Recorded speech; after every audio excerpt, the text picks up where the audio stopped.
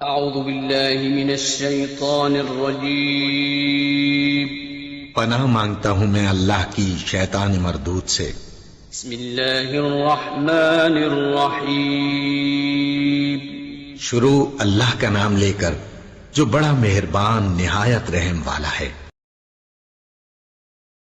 والصلاة والسلام على سيد الأنبياء والمرسلين وعلى آله وأصحابه أجمعين اللهم صل على محمد وعلى آل محمد وبارك وسلم رب اشرح لي صدري ويسر لي أمري واحلل عقدة من لساني يفقهوا قولي۔ سورة الأعراف کی تلاوت شروع ہوئی اور اس میں سب سے پہلے قصہ آدم و ابلیس، اور اس سے بھی پہلے اللہ رب العالمین نے یہ بات کہی کہ فمن ثقلت موازینہ، کہ وہ لوگ جن کا نامہ اعمال ان کے سیدھے ہاتھ کے اندر دیا جائے گا، فاولئک هم المفلحون، جن کا نامہ اعمال سیدھے ہاتھ میں ہوگا در حقیقت کامیاب تو وہ لوگ ہیں۔ ومن خفت، فمن ثقلت موازینہ، کہ جن کا نامہ اعمال بھاری ہوگا، جنہوں نے اس دنیا کے اندر نیک اعمال کیے ہوں گے، عبادات کی ہوں گی، جنہوں نے فرما برداری کی ہوگی، وہ حقیقی کامیابی میں ہوں گے۔ لیکن ومن خفت موازینہ، اور جن کا نامہ اعمال ہلکا ہوگا، جن کا نامہ اعمال ہلکا ہوگا، وہ در حقیقت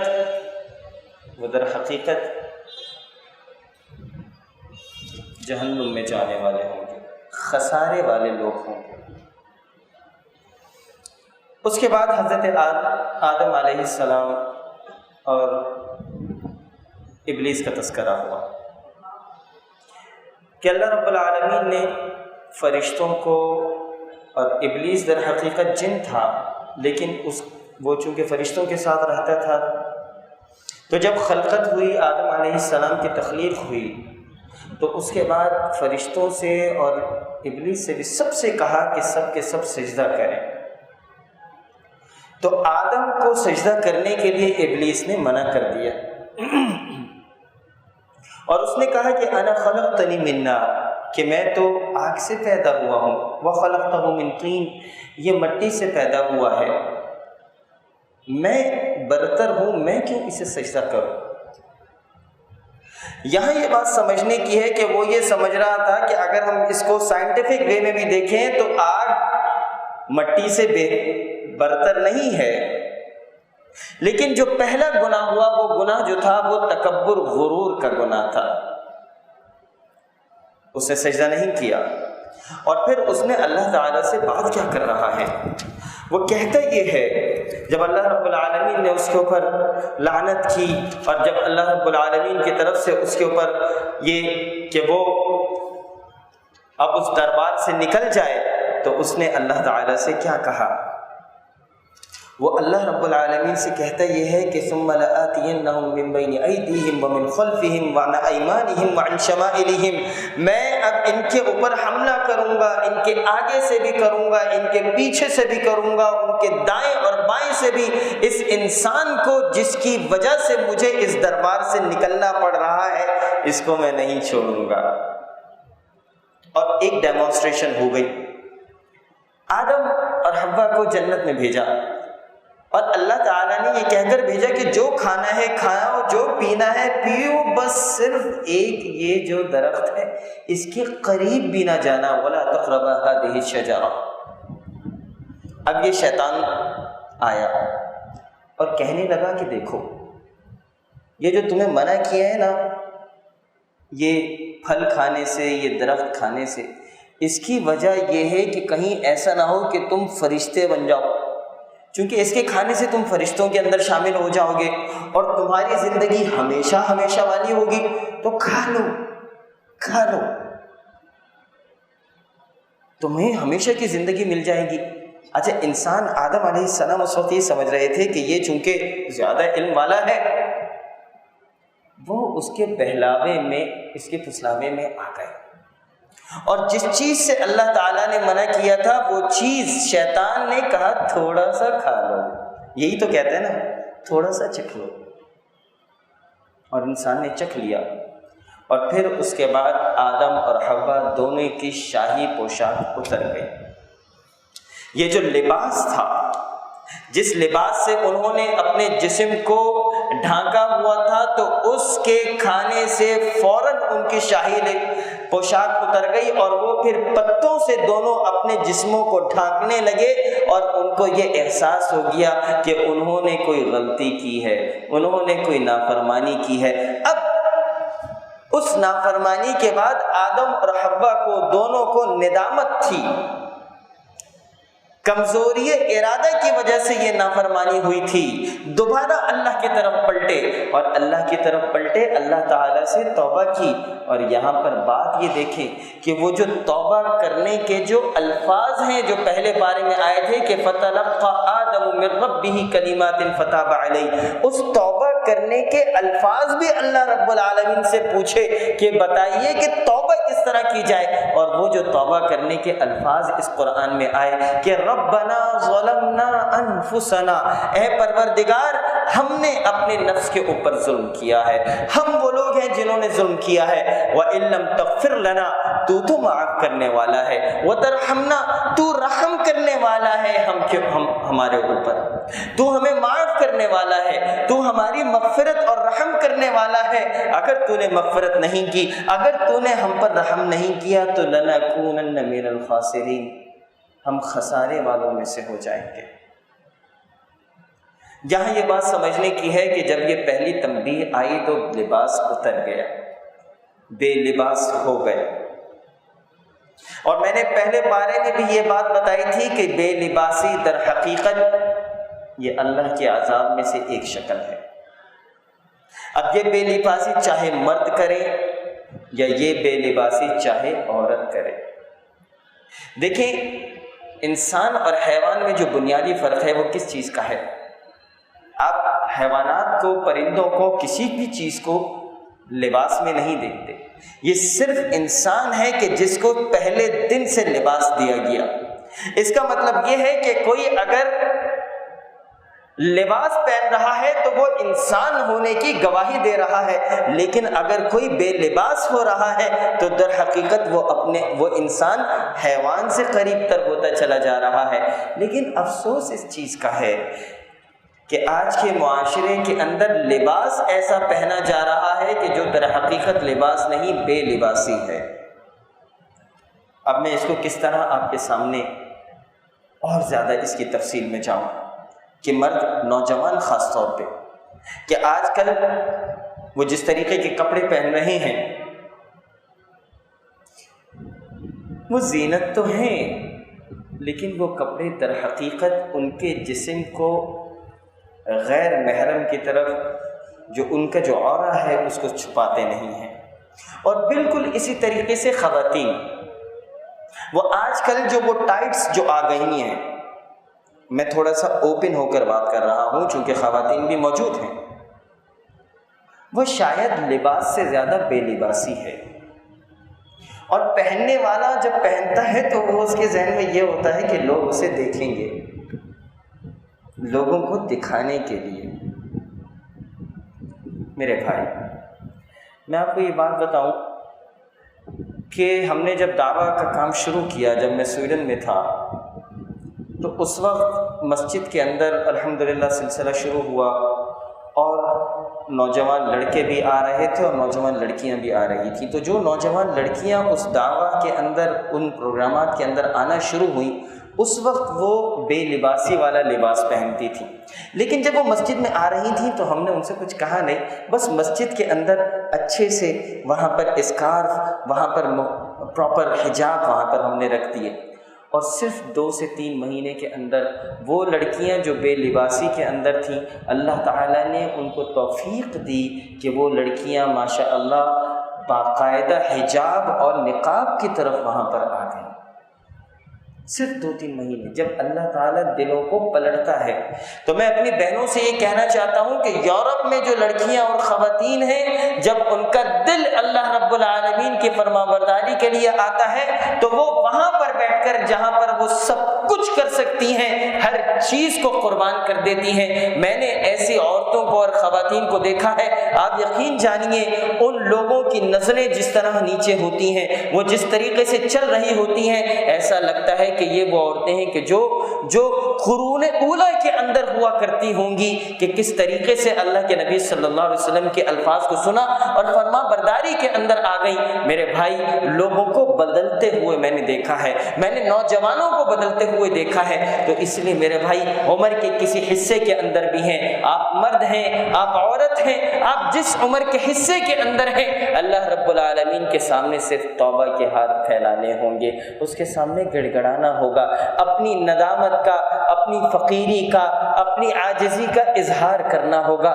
رب العالمین تو سارے گناہوں کو معاف کرنے والے ہیں۔ اور یہاں پر بھی جب آدم علیہ السلام نے گناہ کیا تو اللہ نے ان کے گناہوں کو، یہ جو معاملہ تھا اس کو پھر معاف کیا، اور اللہ نے ان کو اس جنت سے نکالا، جنت سے کہا کہ اب تمہارا جو گھر ہے وہ یہ زمین ہے، اس زمین میں تم اور شیطان کا اب معاملہ چلتا رہے گا۔ میرے بھائی، اب چاہیں آپ تو آپ رحمان کی فرما برداری کریں، اتباع کریں تو رحمان کی کریں، اور اگر رحمان کی اتباع نہیں ہوگی تو یقین جانے وہ شیطان کی اتباع ہوگی۔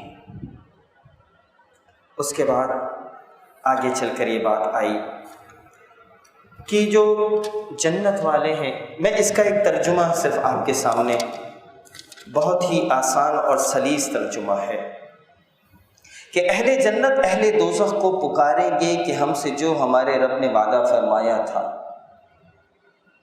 ہم نے تو اس کے واقعے کے مطابق پایا۔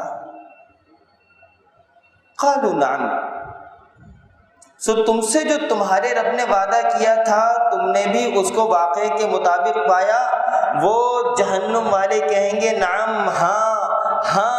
وہ پھر ایک پکارنے والا دونوں کے درمیان میں پکارے گا کہ اللہ کی مار ہو ان ظالموں پر، ان اصحاب النار کے اوپر۔ ان کو دنیا میں بتایا گیا تھا، دنیا میں راہ ہدایت دکھائی گئی تھی، اس کے بعد جو اللہ کی راہ سے اعراض کرتے تھے اور اس میں کجی تلاش کرتے تھے وہ لوگ آخرت کے بھی منکر تھے، اور ان دونوں کے درمیان میں ایک آڑ ہوگی، اصحاب الجنہ اور اصحاب النار کے درمیان میں، وہ ہے اعراف، اور ان دونوں کے درمیان میں ایک آڑ ہوگی، اور اعراف کے اوپر بہت سے آدمی ہوں گے، وہ لوگ ہر ایک کو ان کے قیافے سے پہچانیں گے، یعنی جو ان کا جو بات ظاہر ہے اس سے وہ پہچانیں گے کہ کس طریقے سے وہ جنت دنیا کے اندر تھے، اور اہل جنت کو پکار کر کہیں گے السلام علیکم۔ ابھی یہ اہل اعراف جنت میں داخل نہیں ہوئے، یہ جنت اور دوزخ کے درمیان میں جو جگہ ہے اہل اعراف وہاں پر ہوں گے۔ اہل اعراف جنت والوں سے پکاریں گے اور وہ ان کو دیکھیں گے، ان کو السلام علیکم کہیں گے، اور جب ان اہل الاعراف کی نگاہیں دوزخ والوں کی طرف جائیں گی تو جب ان کی نگاہیں اہل دوزخ کی طرف پھیریں گے تو کہیں گے اے ہمارے رب، ہم کو ان ظالم لوگوں کے ساتھ شامل نہ کرنا۔ اور پھر اہل اعراف بہت سے آدمیوں کو جن کو کہ ان کے قیافے سے پہچانیں گے، پکاریں گے، کہیں گے کہ تمہاری جماعت اور تمہارا اپنے کو بڑا سمجھنا تمہارے کچھ کام نہ آیا۔ وہ دیکھیں گے کہ جہنم میں کون کون ایسے لوگ ہیں، بڑے بڑے سردار ہوں گے، بڑے بڑے لیڈر ہوں گے جو اس دنیا کے اندر لوگوں کی رہنمائی کا کام کرتے تھے، ان کا ٹھکانہ وہاں پہ جہنم ہوگی۔ اہل الاعراف ان کو دیکھ کر پہچان لیں گے، اچھا یہ وہ ہے، یہ وہ والا لیڈر ہے، یہ وہ والا لیڈر ہے جو وہاں پر کیا کیا کیا کرتا تھا۔ یہ اہل اعراف ان کو اس طریقے سے دیکھیں گے، اور پھر کیا یہ وہی ہیں جن کی نسبت تم قسمیں کھا کر کہا کرتے تھے کہ اللہ تعالیٰ ان پر رحمت نہ کرے گا، ان کو یوں حکم ہوگا کہ جاؤ جنت میں تم پر نہ کچھ خوف ہے اور نہ تم مغموم ہوگے۔ اب یہاں پر دوزخ والے جنت والوں سے ایک ندا کر رہے ہیں، وہ لوگ کہ جن کا نامہ اعمال ان کے بائیں ہاتھ میں ہے، وہ لوگ جن کا نامہ اعمال ہلکا ہے، وہ لوگ کہ جو خسارے والے تھے، وہ جو دوزخ والے تھے۔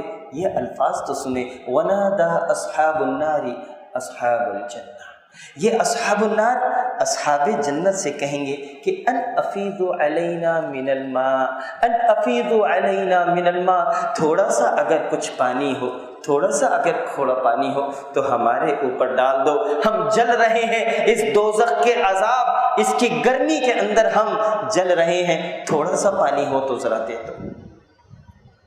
یہ جو پچھلے 2-3 دن گزرے ہیں، اب ہر کوئی وہ اسپرے والا بوتل اپنے ساتھ رکھتا ہے کہ گرمی کے اندر اسپرے کرے، تھوڑا سا پانی لگا لے اپنے جسم پر، تھوڑا سا نہا لے تاکہ گرمی کا اثر ختم ہو جائے۔ ذرا اس چیز کا اندازہ لگائیں کہ وہ دوزخ کی گرمی کیا ہوگی، اور یہ دوزخی جنتیوں سے کہیں گے کہ تھوڑا سا پانی تو دے دو، ان افیضوا علینا من الماء او مما رزقکم اللہ، اور تھوڑا سا اگر کچھ کھانے کو ہو، وہ رزق جو تمہیں اللہ نے دیا ہے، تھوڑا سا اگر مل سکے ہمیں تو کچھ دے دو۔ میرے بھائی، وہ دن ہوگا کہ کوئی چیز اس دن کام نہیں آئے گی۔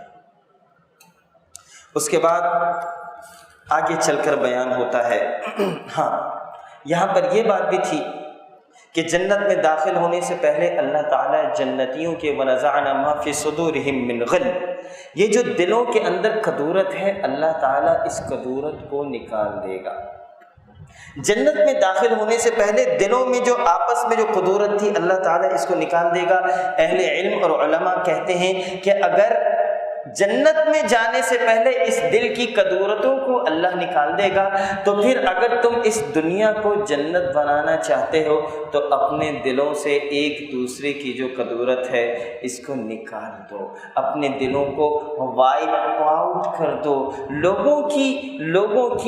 لوگوں کی کمیاں کوتاہیاں، لوگوں کے اوپر تنقید کیوں کرو؟ محبت سے ان ساری چیزوں کو تبدیل کر دو کہ جب جنت میں جانے سے پہلے اللہ تعالیٰ اس کدورت کو اس جسم سے نکال دے گا، اس دل سے نکال دے گا، ان سینوں سے اللہ تعالیٰ نکال دے گا۔ اس کے بعد تذکرہ ہوا قوم نوح کا کہ ہم نے حضرت نوح علیہ السلام کو بھیجا،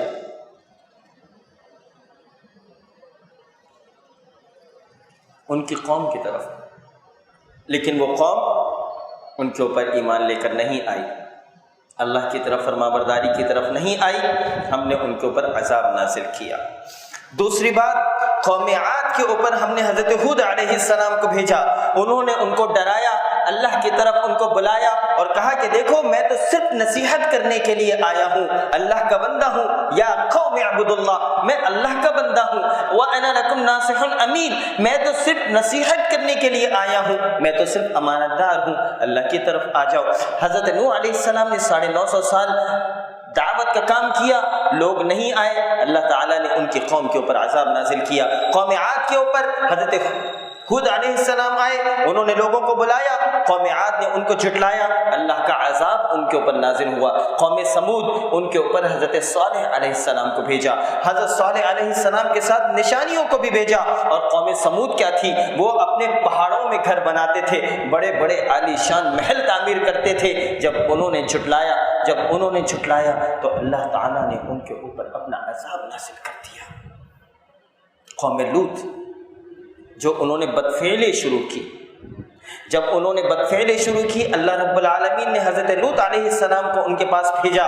یہ بدفعلی جو مردوں سے بدفعلی تھی، اس سے پہلے زندگی دنیا کے اندر یہ کام نہیں ہوا تھا، اسی لیے آج بھی اس عمل کو عمل قوم لوط کہا جاتا ہے۔ جب اس وقت یہ کام ہوا، اللہ تعالیٰ کی طرف سے حضرت لوط علیہ السلام نے سب کو بلایا، کہا کہ اس کام کو چھوڑ دو، اس کام سے دور ہو جاؤ، لیکن وہ قوم نہیں چھوڑتی تھی، اللہ کا عذاب ان کے اوپر نازل ہوا۔ قوم شعیب آئی، حضرت شعیب علیہ السلام کو بھیجا گیا اس مدین کے اوپر۔ مدین میں قوم شعیب رہتی تھی اور کرتے کیا تھے؟ ناپ تول میں کمی کیا کرتے تھے۔ حضرت شعیب علیہ السلام نے ان کو روکا، کہا کہ دیکھو یہ کام نہ کرو، اللہ رب العالمین کی عبادت کرو۔ یہ قوم شعیب، انہوں نے حضرت شعیب علیہ السلام کو جھٹلایا، اللہ کا عذاب اس قوم کے اوپر نازل ہوا۔ اور پھر اس کے بعد تذکرہ آتا ہے حضرت موسیٰ علیہ السلام کا۔ لیکن اس سے پہلے میں آپ کو ایک خاص بات بتاؤں، اس تذکرے سے پہلے اللہ تعالیٰ کہتا ہے کہ ہم نے بستی والوں کو، اس کے لیے ہم نے انبیاء بھیجے، اس کے لیے ہم نے کتابیں بھیجی۔ لیکن یہاں ایک بات آئی کہ دیکھو اگر یہ بستی والے 2 کام کر لیں تو ان کے اوپر آسمانوں اور زمین کی برکت کے دروازے کھل جائیں گے۔ وہ 2 کام کون سے؟ اللہ نے قرآن میں کہا کہ وَلَوْ أَنَّ أَهْلَ الْقُرَىٰ، اگر یہ بستی کے لوگ کیا کریں؟ آمنوا واتقوا، 2 کام کر لیں، ایمان لے کر آ جائیں اور تقوی کی روش اختیار کریں۔ صرف یہ 2 کام ہیں، ہمیں صرف 2 چیزیں چاہیے تم سے، تم ایمان لے کر آ جاؤ اور تقوی کی روش اختیار کرو۔ اللہ فرماتے ہیں کہ لَفَتَحْنَا عَلَيْهِمْ بَرَكَاتٍ مِّنَ السَّمَاءِ وَالْأَرْضِ، اللہ تعالیٰ آسمانوں اور زمین کی برکتوں کے دروازے کھول دیں گے۔ 2 چیزیں۔ آج ہم پر اگر برکتوں کے دروازے نہیں کھلے تو یہ 2 چیزیں آج ناپید ہیں کہ ایمان والی زندگی نہیں ہے، اللہ کا تقوی نہیں ہے۔ 2 چیزیں۔ عدی بن حاتم اللہ کے نبی صلی اللہ علیہ وسلم کے پاس آیا اور کہنے لگا کہ اے محمد، اگر ہم اسلام قبول کر لیں، وہ سردار تھا، اگر ہم اسلام قبول کر لیں تو ہمیں کیا ہوگا؟ اللہ کے نبی نے کہا کہ لَتَفْتَحْنَ كُنُوزَ کسریٰ، تم کسریٰ کے خزانے کھولو گے۔ اور اللہ کے نبی نے کہا کہ اگر اللہ نے تمہیں لمبی زندگی دی تو تم وہ وقت بھی دیکھو گے کہ جب لوگوں کے ہاتھوں میں زکوٰۃ اور صدقات ہوں گے، لوگوں کے ہاتھوں میں سونا اور چاندی ہوگا اور کوئی وہ زکوٰۃ اور صدقات لینے والا نہیں ہوگا۔ عدی بن حاتم کو اللہ نے لمبی زندگی دی۔ عدی بن حاتم نے وہ زمانہ عمر فاروق رضی اللہ تعالیٰ عنہ کے دور میں دیکھا کہ جب کسریٰ کے خزانوں کے اوپر مسلمانوں نے وہ کسریٰ کے خزانے فتح کیے، انہوں نے حضرت عمر فاروق کے زمانے میں وہ وقت دیکھا اور اللہ نے ان کو لمبی زندگی دی۔ لمبی زندگی تھی۔ جب اللہ کے نبی نے یہ الفاظ بولے تھے عدی بن حاتم سے، اپنی اس دنیا سے رخصت ہونے سے پہلے بولے تھے، 10 ہجری سے پہلے بولے تھے، 10 ہجری سے پہلے بولے تھے، عدی بن حاتم کو اللہ نے لمبی زندگی دی، یہاں تک کہ 99 ہجری آ گئی۔ اور پھر وقت کا خلیفہ کون تھا آپ کو میں بتاتا ہوں۔ پہلے حضرت ابوبکر، حضرت عمر، حضرت عثمان، حضرت علی، یہ 4 خلیفہ 40 ہجری تک تھے۔ اس کے بعد حضرت امیر معاویہ رضی اللہ تعالیٰ عنہ، پھر یزید، پھر معاویہ ابن یزید، پھر حشام، پھر مروان، پھر عبد الملک بن ولید بن عبد الملک، پھر سلیمان بن عبد الملک، اور 99 ہجری ہوئی اور پھر عمر ابن عبد العزیز رحمہ اللہ وہ خلیفہ بنے۔ جب وہ خلیفہ بنے، عدی بن حاتم زندہ تھا، اس نے اپنی آنکھوں سے دیکھا کہ عمر ابن عبد العزیز کے زمانے میں لوگ اپنے گھروں سے زکوٰۃ اور صدقات لے کر نکلتے تھے اور پوری امت مسلمہ کے اندر کوئی زکوٰۃ اور صدقہ لینے والا نہیں تھا۔ وَلَوْ أَنَّ أَهْلَ الْقُرَىٰ آمَنُوا وَاتَّقَوْا، 2 چیزیں۔ دیکھو یہ دین تمہیں اس لیے نہیں آیا کہ یہ دین تمہیں نکبت کی طرف اور بدحالی کی طرف لے جائے، یہ دین اس لیے آیا ہے کہ تمہیں غالب کرتے۔ اور ہمارے ہاں تو اب پچھلے 150-200 سال سے یہ گولی دی جاتی ہے، یہ تھپکی دی جاتی ہے کہ دین اختیار کرو گے تو بدحال ہو جاؤ گے۔ ارے بھائی، دین کے اختیار کرنے سے بدحالی نہیں، دین کے اختیار کرنے سے خوشحالی ہے اور برکتیں ہیں آسمانوں اور زمین کی۔ اس کے بعد حضرت موسیٰ علیہ السلام کا تذکرہ آیا۔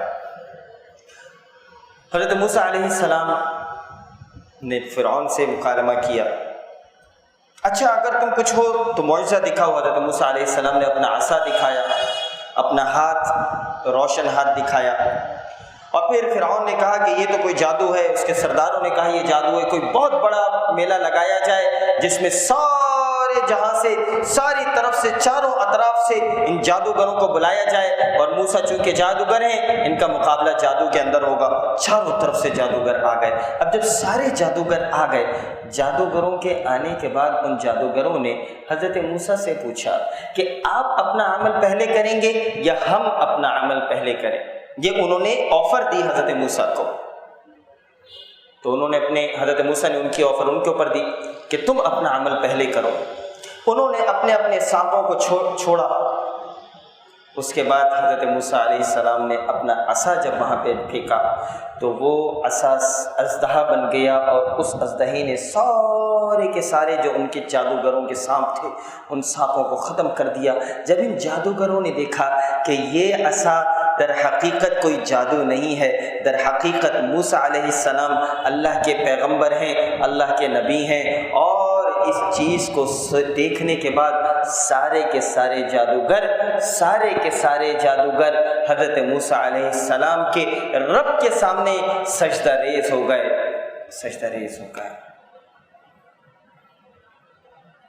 اور جب وہ سجدہ ریز ہوئے تو فرعون نے کہا کہ تم ہماری اجازت کے بغیر تم موسیٰ کو ماننے والے ہو گئے. تو ان سارے جادوگروں کو کہ وہ جادوگر جو تھوڑی دیر پہلے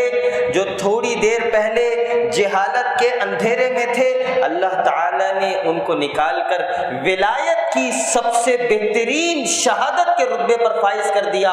اور فرعون نے ان جادوگروں کے ہاتھوں کو اور پیروں کو باندھ کر کاٹ دیا، ان کو سولی کے اوپر چڑھا دیا، اور وہ سارے کے سارے جادوگر جو جہالت کے ایک کونے کے اوپر تھے وہ ولایت اور شہادت کے رتبے کے اوپر فائز ہو گئے تھوڑی سی دیر کے اندر. اسی لیے یہ اللہ رب العالمین کسی کو اگر ولایت کے رتبے کے اوپر اپنی محبت کے رتبے پر پہنچانا چاہتا ہے تو اس پہ دیر نہیں ہوتی. اس کے بعد آگے چل کر قوم فرعون جو تھی بنی اسرائیل، وہ کہتے تھے کہ اے موسیٰ تمہارے آنے سے پہلے بھی ہم مسئلوں کے اندر تھے، تمہارے آنے کے بعد بھی ہم مسئلوں کے اندر ہیں. کیا فائدہ ہوا؟ تمہارے آنے سے پہلے بھی پریشانیاں تھیں، تمہارے آنے کے بعد بھی پریشانیاں ہیں. بہرحال حضرت موسیٰ علیہ السلام اپنی قوم کو لے کر نکلے اور فرعون ان کے پیچھے تھا، اور اللہ تعالی نے ان سب کو فرعون کو غرق کر دیا. اب یہ بنی اسرائیل جب صحرا کے اندر آئے، اب جب یہ گزرنے لگے تو حضرت موسیٰ علیہ السلام کو اللہ تعالیٰ نے کوہ طور پہ بلایا 40 دن کے لیے، اور پیچھے حضرت ہارون علیہ السلام کو پیچھے چھوڑ کے گئے. اب جب یہ جا رہے تھے تو جانے سے پہلے جب وہ سمندر سے باہر نکلے تو بنی اسرائیل کے لوگ جب باہر نکلے تو انہوں نے دیکھا کہ کچھ لوگ ہیں جو بتوں کی پرستش کر رہے ہیں، انہوں نے کچھ معبودان باطل بنائے ہوئے ہیں، کچھ بت بنائے ہوئے ہیں اور کچھ ان کے مجاور بنے ہوئے ہیں. تو اس قوم نے موسیٰ علیہ السلام سے کہا کہ اے موسیٰ ہمیں بھی کوئی ایسے بت اور ایسی کوئی مجاور بنا دو، ہمیں بھی کچھ. تو موسیٰ علیہ السلام نے کہا کہ تم میں ابھی تک شرک کی بو ابھی تک تم میں سے نہیں گئی، تم نے اپنی آنکھوں سے فرعون کو غرق ہوتے ہوئے دیکھا، اس کے باوجود اب تک تمہارے اندر سے شرک کی بو نہیں گئی. حضرت موسیٰ علیہ السلام 40 دن کے لیے گئے، پیچھے حضرت ہارون کو چھوڑ کے گئے. یہاں پہ پیچھے ایک آدمی تھا، اس کا نام تھا سامری، اور اس نے ایک چمتکار کیا، اس نے کچھ کیا اور ایک ایسا بچڑا بنایا جس میں سے کوئی آواز نکلتی تھی، کوئی ایسا ڈرامہ اس نے کیا کہ جو آواز نکلتی تھی، اور لوگوں سے کہا کہ دیکھو موسیٰ تو پتہ نہیں کہاں گئے ہیں، در حقیقت تو خدا ہے وہ یہ بچڑا ہے. اور موسیٰ علیہ السلام کی غیر موجودگی میں یہ بنی اسرائیل جس نے خود اتنے معجزے دیکھے تھے اس کے باوجود پھر دوبارہ شرک کے اندر لگ گئے. پیچھے سے واپس حضرت موسیٰ آتے ہیں، حضرت ہارون علیہ السلام کی داڑھی کے بال پکڑتے ہیں، سر کے بال پکڑتے ہیں اور کہتے ہیں کہ تم نے ان کو روکا نہیں. تو موسیٰ علیہ السلام کو ہارون علیہ السلام کہتے ہیں کہ یبن لا تأخذ بلحیتی ولا برأسی. یہ آیت آئے گی 16ویں پارے میں، لیکن میں آپ کو یہیں بیان کر دیتا ہوں. یبن اے میری ماں کے بیٹے، لا تأخذ بلحیتی ولا برأسی، نہ میرے سر کے بال پکڑو نہ میری داڑھی کو پکڑو. لا تأخذ بلحیتی ولا برأسی انی خشیت، میں تو اس خوف میں تھا ان تقول فرقت بین بنی اسرائیل، میں یہ سمجھتا تھا یہ جتنے بھی لوگ تھے میں ان کو قتل کروا سکتا، میں ان کو سب کچھ کروا دیتا، ان کو یہاں سے دربدر کروا دیتا، میں سب کچھ کر لیتا، لیکن میں تو صرف اس خوف کے اندر تھا کہ ان تقول، کل تم خود مجھ سے آ کر کہو گے کہ فرقت بین بنی اسرائیل، تم نے بنی اسرائیل کو ٹکڑے ٹکڑے کر دیا، فرقہ فرقہ کر دیا. تو میرے بھائی وقت کا نبی اس نے شرک ہوتے ہوئے دیکھ لیا لیکن قوم کو ٹکڑے ٹکڑے ہونے نہیں دیا، فرقہ واریت نہیں ہونے دی. یہاں پہ جو میں بتانا چاہ رہا ہوں آپ وہ مطلب سمجھ جائیں کہ اس وقت کے نبی نے اپنے سامنے شرک کو ہوتے ہوئے دیکھا لیکن فرقہ نہیں بننے دیا. میرے بھائی آج ہم بھی دین کے نام پہ فرقے نہ بنائیں. اللہ کے نبی صلی اللہ علیہ وسلم کی مختلف احادیث ہیں، مختلف طریقے ہیں، نماز پڑھنے کے مختلف طریقے ہیں۔ اللہ کے نبی صلی اللہ علیہ وسلم کے ان طریقوں کو اللہ تعالیٰ نے آج زندہ کیا ہوا ہے، لیکن اپنے دلوں کے اندر تعصب نہیں رکھیے گا۔ میں بباغ دہن یہ بات آپ کے سامنے کر رہا ہوں، رفع یدین اللہ کے نبی صلی اللہ علیہ وسلم کی سنت ہے۔ ہمارے یہاں مسئلہ یہ ہے کہ ہم فقہ حنفی کے احباب جب اس چیز کو دیکھتے ہیں کہتے ہیں کہ نہیں نہیں نہیں نہیں، یہ رفع یدین والے تو غیر مقلد ہیں، فلاں ہیں فلاں ہیں، ان کے پیچھے نماز نہیں ہے۔ میرے بھائی، آج اگر یہاں پر امام شافعی آ جائیں تو کون ایسا امتی ہوگا اللہ کے نبی کا؟ آج امام احمد بن حنبل آ جائیں اور وہ یہاں کھڑے ہو کر امامت کریں تو کون ایسا بدبخت ہوگا جو امام احمد بن حنبل اور امام شافعی کے پیچھے نماز نہ پڑھے؟ وہ تو رفع یدین کرتے تھے۔ اسی لیے اس تعصب کو، اس فرقے کو، ان فرقہ بازیوں کو، ان دیوبندیوں، بریلویوں اور حدیثیوں کے نام کو، میرے بھائی، سب سے اہم جو چیز ہے وہ مسلمان ہونا ہے۔ مسلمان ہو جائیں، مسلمان ہو جائیں، قرآن و سنت کے اوپر عمل کرنا شروع کر دیں۔ یہ جو دلوں کے اندر تعصب آ گیا ہے، آج ایسے علماء کی ضرورت ہے، آج ایسے علماء کی ضرورت ہے کہ جو لوگوں کو ایک دوسرے کے ساتھ ملائیں۔ امت کو اس وقت تفریق کی ضرورت نہیں ہے۔ آگے چل کر اللہ کے نبی صلی اللہ علیہ وآلہ وسلم کے حوالے سے بیان ہوتا ہے۔ میں مختصر سی چند باتیں اب کروں گا کہ اللہ کے نبی صلی اللہ علیہ وسلم کے بارے میں آیا کہ ان کا ذکر تورات میں بھی ہے، ان کا ذکر انجیل میں بھی ہے۔ در حقیقت کتنی ایسی آیات ہیں تورات میں اور انجیل میں جو اللہ کے نبی صلی اللہ علیہ وسلم کی نبوت کا اعلان کرتی ہیں، لیکن یہ یہودی اور نصرانی اس کو نہیں مانتے۔ ان کے اوپر، ان کی آنکھوں کے اوپر پٹی بندھی جاتی ہے۔ وہ آئے گا 10,000 کا لشکر لے کر، 10,000 کا لشکر لے کر، اور اللہ کے گھر کو بتوں سے پاک کر دے گا، تکبیر کے نغمے بلند کرے گا۔ میرے بھائی، یہ فتح مکہ کا وقت نہیں تھا تو اور کب کا تھا؟ یہ تورات اور انجیل کے اندر اس طریقے کی بات ہے۔ تو میرے بھائی، اللہ کے نبی صلی اللہ علیہ وسلم کے لیے تو تورات اور انجیل کے اندر بھی نشانیاں موجود۔ اور پھر اس کے بعد ہم سب سے ایک اہم بات آئی، وہ یہ کہ دیکھو، ہم سب قرآن تو پڑھتے ہیں، ہم سب قرآن پڑھتے ہیں، یہ میرے اور آپ کے لیے ہے۔ کہیں ایسا نہ ہو کہ ہمارے دل جو ہے اس قرآن کو پڑھتے ہوئے نرم نہ ہو، ایسا نہ ہو۔ ایسا نہ ہو کہ یہ آنکھیں قرآن کو ہم دیکھیں لیکن در حقیقت ہم دیکھ نہ رہے ہوں، ہم سنیں لیکن در حقیقت ہم سن نہ رہے ہوں۔ یہ یہودی اور بنی اسرائیل کے، یہ یہودی اور عیسائی کیا تھے؟ یہ تلاوت کرتے تھے اپنی کتابوں کی، جو چیز ماننی ہوتی تھی مانتے تھے، جو چیز نہیں ماننی ہوتی تھی نہیں مانتے تھے۔ تو اللہ نے کیا کہا؟ اللہ رب العالمین نے کہا کہ دیکھو، لہم قلوب لا یفقہون بہا، ان کے دل تو ہیں لیکن ان کے دل فکر سے خالی ہیں۔ وَلَهُمْ أَعْيُنٌ لَا يُبْصِرُونَ بِهَا، یہ قرآن کو دیکھتے تو ہیں، یہ دیکھتے ہیں قرآن کو، لیکن در حقیقت یہ دیکھتے نہیں ہیں۔ وَلَهُمْ آذَانٌ لَا يَسْمَعُونَ بِهَا، یہ لوگ قرآن سنتے ہیں، یہ سنتے ہیں کتاب کو، یہ اللہ کی باتوں کو سنتے ہیں، لا يسمعون بها، لیکن در حقیقت وہ سنتے نہیں ہیں، نہیں سنتے۔ تو یہ جو چیزیں ہیں کہ دل بھی ہیں لیکن محبت سے، فکر سے، تقوی سے خالی ہیں۔ وہ دیکھتے ہیں لیکن در حقیقت دیکھتے نہیں ہیں، وہ اندھے ہیں، وہ سنتے ہیں لیکن در حقیقت وہ سنتے نہیں ہیں، وہ بہرے ہیں، وہ سنتے نہیں ہیں۔ یہ کون لوگ ہیں؟ اللہ تعالیٰ قرآن میں کہتا ہے اولئک کالانعام، اولئک کالانعام، یہ لوگ جانوروں کی مانند ہیں۔ جو قرآن کو دیکھتے ہیں، پڑھتے ہیں، سنتے ہیں، تراویح میں بھی سنتے ہیں، قرآن کو بار بار پڑھتے ہیں، لیکن در حقیقت قرآن کی نہیں مانتے، قرآن و سنت کی نہیں مانتے، قرآن سے اپنے آپ کو دور کر لیا۔ اولئک کالانعام، در حقیقت یہ جانوروں کی طرح ہیں۔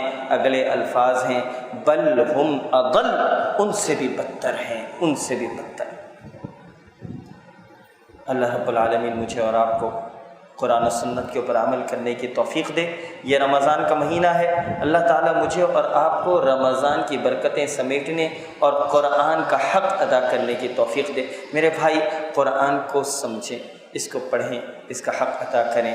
اقول قولی ھذا استغفر اللہ لی ولکم ولسائر المسلمین والحمد للہ رب العالمین۔ جزاکم اللہ خیرا۔